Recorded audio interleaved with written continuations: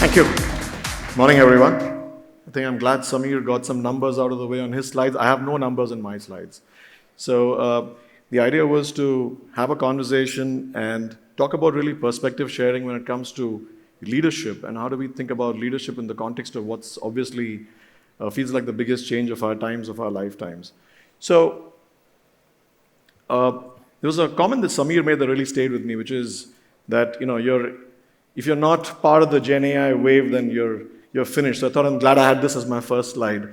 This is the Porto de Nara Nazar in Portugal, which is famed for the 100-feet waves.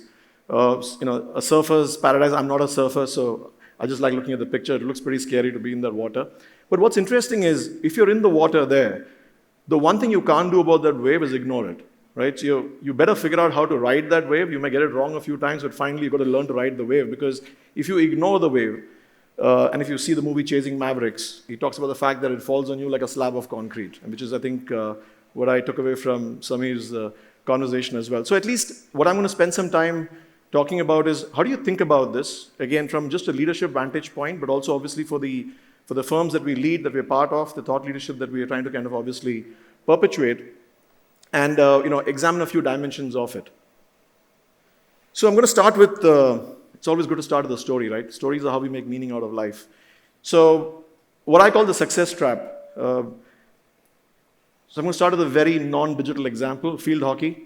I don't know, for those, I'm just trying to do a quick gauge of age groups in the room, but most of you may or may not remember this. The Indian hockey team used to be world leading at one point in time. 1980 Moscow Olympics, gold medalists. 1990 London World Cup, came 12th out of 12, right? So that's a fairly fall from grace. And what is interesting is the biggest change between 1980 and 1990.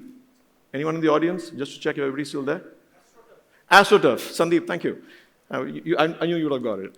So AstroTurf. Now, what is interesting about AstroTurf is that it didn't change the rules of the game. It changed the game itself. Because in 1980, it was about field hockey played on grass, stick work, individual brilliance. It was all about craftsmanship.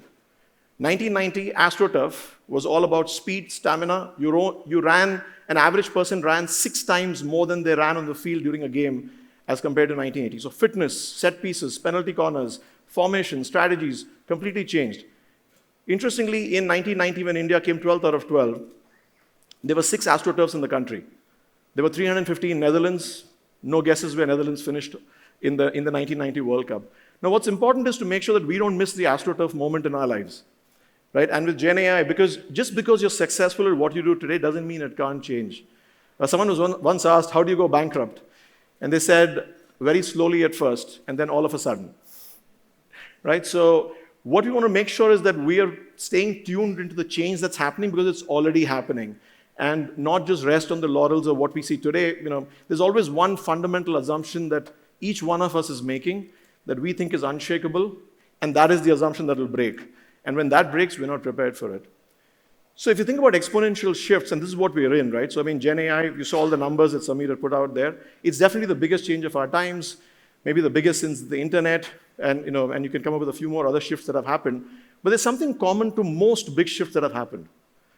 We've always overestimated any big shift in its first 5 years and grossly underestimated it in the next 10.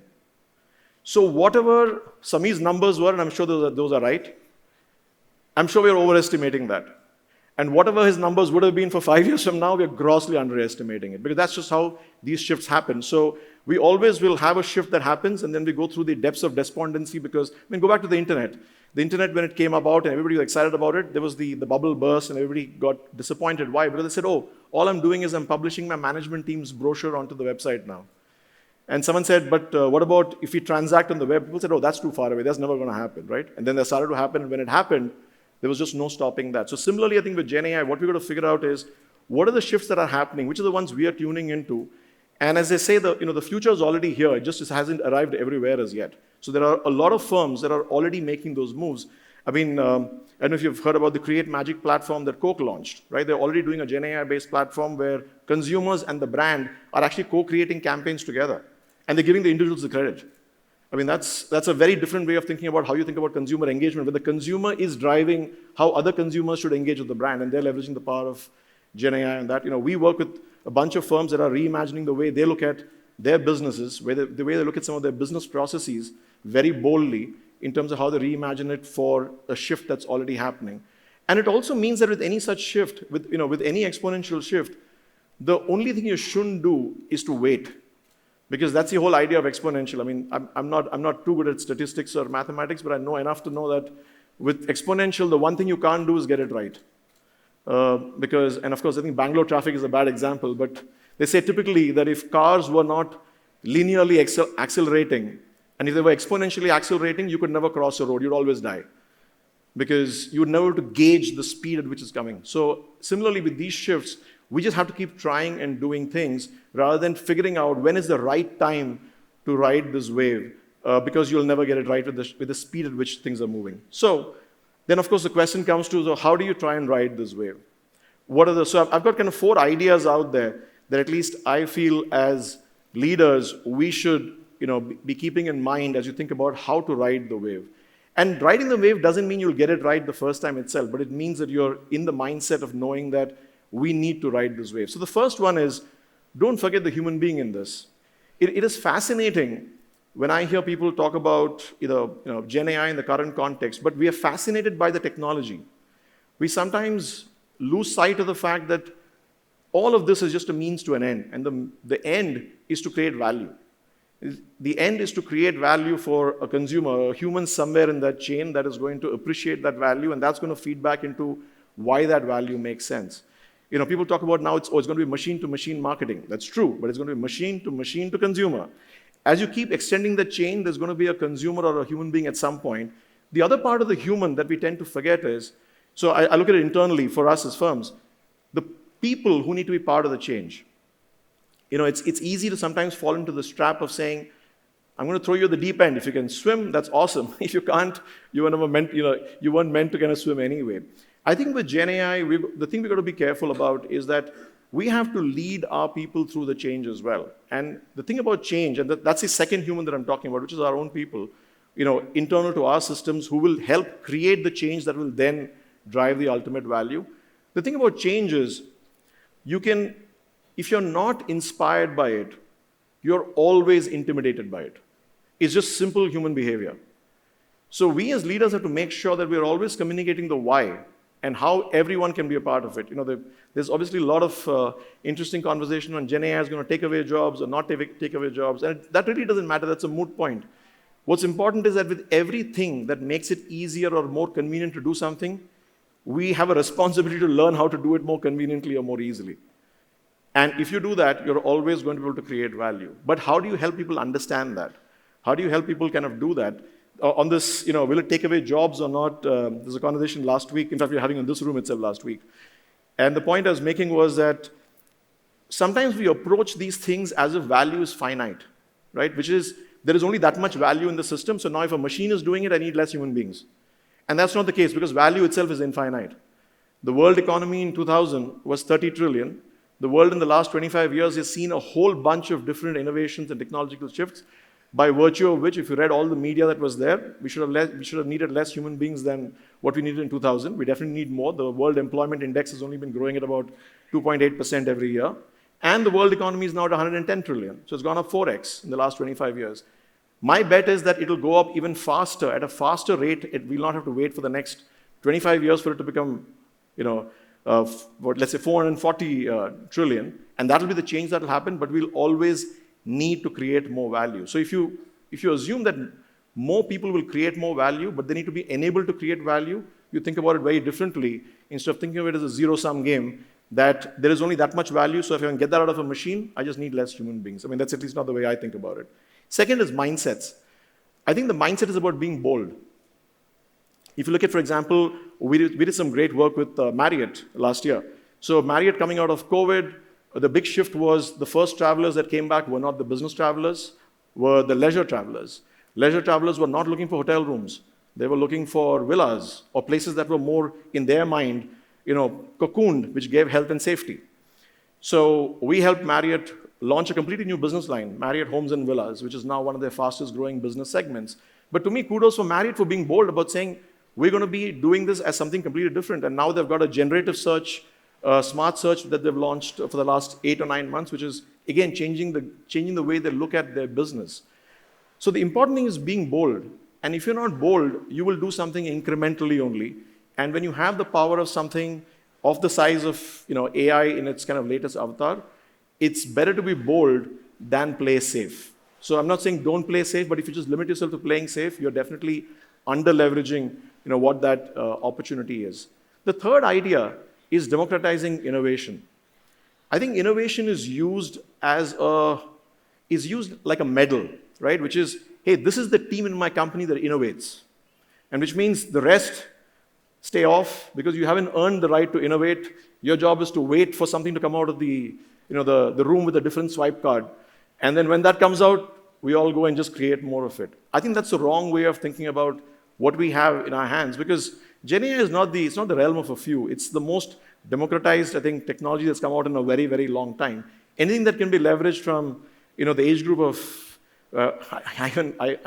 8 to 80 sounds like a good rhyme, but we know it goes on either side of that bookend as well, is just going to obviously create a difference in just how we live our lives. And if that is the case, you have to democratize innovation in how everybody in the firm, that's what we're doing internally. We're equipping everybody with the ability to innovate using GenAI in whatever context they're operating. And it could be in the micro context of the work they do, it could be in the macro context of the offering we create, it could be in an even more macro context of the world that we create. But everybody should feel the responsibility to innovate, which means if each one of us in our own perspective is not figuring out how am I doing something different, then I think we're missing the trick here. The other aspect of democratizing innovation is I think what Samir referred to, which is, if you look at the ecosystem of GCCs and service providers and startups, it almost feels like a slugfest to the finish, right? Which is, for GCCs to win, service providers have to lose, startups find their way somewhere in between. And I think the opportunity we're missing there is, again, democratizing innovation. Because if that was an ecosystem that's innovating, we'll all move much further and much faster.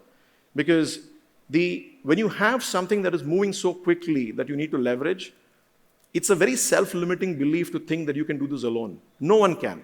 No one of these partners in that ecosystem is going to be better than everybody put together. The question is, how do you synthesize that? Right? How do you thread that together? Who takes lead or not is less important. What's more important is what gets created. And I think, so therefore, the democratizing innovation is not only internal to the firms and how we lead our people, it's also about how we think about the ecosystem around us and create something that can create larger value. The last one is integration over innovation. Now, I hear a lot of people, again, talk about GenAI in the context of, and I hear leaders really talk with a lot of pride. It's not misplaced, but it's just my observation. We built something completely brand new. So we just threw away whatever we had, and we went completely brand new, because that's easier to do. It could be in certain contexts, but a lot of the examples we are seeing is also how people are building on what they have, because the context is still as important, but what they're doing is they're shaping that context in a direction that creates more value. So when you have banks that are creating agentic architectures, and we work with a few of them, they're not saying, I just need a completely new bank. What they're saying is, what is the point of friction I have with my consumer today, and where can GenAI create that differentiated experience? It's not about just saying, Chuck, whatever you have, and let's go create a new bank. There was a very interesting perspective I heard from someone a few months back where they said, software is going to become like plastic. When plastic became really cheap to produce, we didn't care about how plastic was made. It became more important as to what is plastic used for. And they said that's what's going to happen to software at some point, that it'll just become like plastic. It's going to be so easy to produce it that the larger question is, what do you do with it? But having said that, it doesn't mean that what we have today isn't valuable. So I think sometimes it can be very glamorous and exciting to just start completely afresh, and maybe in some cases it makes sense to break new ground. But integrating what you have, we worked with a large pharma company to really scrunch down their media legal review cycles, which saves millions of dollars. Most pharma companies spend a whole ton of money and time on media legal reviews, which we built into their LLM, and now they're off to the races on that. But that's built on what they currently have. It wasn't going and building a completely brand new platform. There are firms that are unlocking massive amount of insights, just connecting their existing data plumbing instead of trying to say, I need to always stand up a brand new platform. So those are at least the 4 ideas on how do you think about riding the wave. and not get caught on the other side of it. So if that to me is kind of the tactical business side of things. But here's, I think, where I want to make sure, where I kind of want to take the conversation to, which is ultimately the responsibility that we have as leaders is we get to set the agenda. We set the conversation. We get to make some of those decisions, a lot of them in fact, and therefore we set direction. And while doing that, where does our compass kind of veer towards, right? And I think business value is obviously a responsibility of ours. It's something that's, it's part of everybody's KPIs in some shape or form, in this room. But are we also focused on the human value that you're creating? So for example, I'm looking at some of the applications that are happening already in cancer research, right? Now the businesses that are doing it in cancer research, that's great. It's creating more business value. To me, we're creating public platforms where you can take a whole bunch of medical imagery, right? And actually interpret them in low-resource environments for diagnosis. Now, that's human value. Because you're taking a segment of society that otherwise would not have had access to prognosis, and you're able to now create it for them. That's human value. Financial inclusion. There are people who are able to now leverage Gen AI platforms for financial literacy. There are citizen governance platforms. There are people who are able to understand policies, right? And at least get some sense of how to think about it, how to engage in that. You have microcredit systems that are now able to bring entrepreneurs or people with an aspiration to be an entrepreneur into the mix that wasn't possible earlier. That is human value. We've got now platforms that are working for climate change, looking at helping with what are the weather patterns, how are they changing, how do you make choices on crop rotation, other things that will help greater yield, create greater sustenance. That's human value. So obviously, business value is important, and not for a second am I saying that's not important, but I think how do we extend our responsibility into also ensuring that there is a larger good that we can create with the power vested in us as leaders and the choices that we make. That's really important, which brings me then to value over vanity, right? So if you think of Gen AI as kind of the Iron Man, right, which is the suit and the human being. If the suit is Gen AI, then the human being is still the human being, and it's when the suit and the human being come together that you get Iron Man, who's blessed with superpowers. And I'm not getting into a Marvel versus this thing kind of debate. We'll just pick Iron Man as the winner for this morning.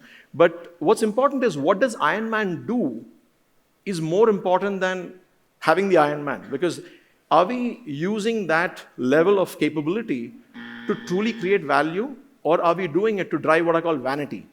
So when people are trying to create snow in deserts, where they're trying to do, that's vanity, right? But when you're trying to truly solve human problems, that is value. So again, as choices, we've got to figure out that are we about glory, which may not necessarily create value, or are we truly about making the world a better place, blessed by a technology that's and its pace of progress that opens up that possibility at least, right, and makes that happen. And therefore, we have a responsibility of building a legacy with purpose.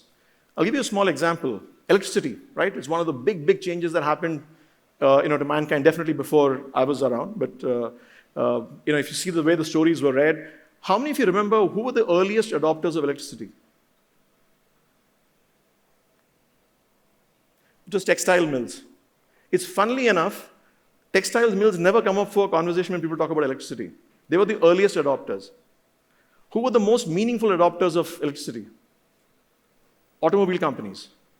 Because the automobile companies reimagined their world through electricity. Textile companies basically just replaced steam engines. So history will not judge us by who used Gen AI first, right? But they'll definitely judge us by who used it most purposefully. And so the question is, the choices we're making today, are those choices about being incremental, or are we truly leveraging the power of what's possible? And as leaders, these are choices we make. Whether we like it or not, that's a responsibility that rests with us, and we can't wear that lightly. Because the choices we make are not choices that will show up, Monday morning. They will show up, weeks, months, and years to come. So as we make some of these choices, think about the purpose. Our purpose at Sapient is to help people thrive in the brave pursuit of next. And we find that very, relevant in the realm of Gen AI, that how's each person equipped to, in their journey of next, to be more meaningful, more impactful, more efficient. So the last thought I'm going to leave you with then, I already heard the buzzer go off a couple of times. The last thought I'm going to leave you with is, with everything that's happening, there's a natural pace of progress, right? And that's exponential and everything we've talked about. So AI will change the world. I mean, we don't need a slide deck for that, right? And that's why I didn't put any numbers in my slide. That's going to happen. Even if none of us did anything, we didn't get together here on this Friday morning, AI will change the world. What's more important is, are we ready to lead it? So it's not about AI that we need to think about. The journey is within. How are we thinking about it, and do we see our role in shaping it and setting direction for it rather than just only learning it? Because if you end up learning it, my favorite analogy for this is, it's like taking a dinosaur for a walk. If you take a dinosaur for a walk, the biggest fallacy is that you're in control. All you're doing is you're holding the leash. It will go in the direction it's going to, and you will follow it. So if you don't want this to become the dinosaur that's going to take you for a walk, as leaders, we better set direction in where we want to take it. All right? Thank you, everyone. Appreciate the time.